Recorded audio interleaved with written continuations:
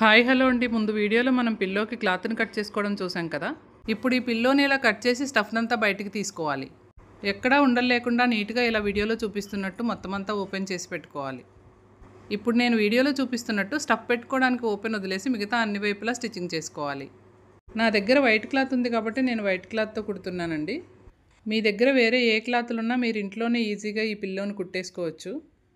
Stitches ఊడిపోతే మళ్ళీ వేయడం కష్టం కాబట్టి డబుల్ స్టిచ్చెస్ వేసుకోవడం మర్చిపోకండి. ఇలా నీట్గా స్టిచ్చింగ్ చేసుకున్న తర్వాత తిరగేసుకుని మనం ఓపెన్ చేసి పెట్టుకున్న స్టఫ్నంతా ఇందులో నీట్గా పెట్టుకోవాలి. చూస్తున్నారు కదా, ఇలా నీట్గా రెడీ చేసి పెట్టుకున్నాను. మీ దగ్గర మిషన్ లేకపోయినా పర్వాలేదండి. నేను చూపించిన పద్ధతిని ఫాలో అవుతూ మీరు చేతితో కూడా ఈ పిల్లోని ఈజీగా కుట్టుకోవచ్చు.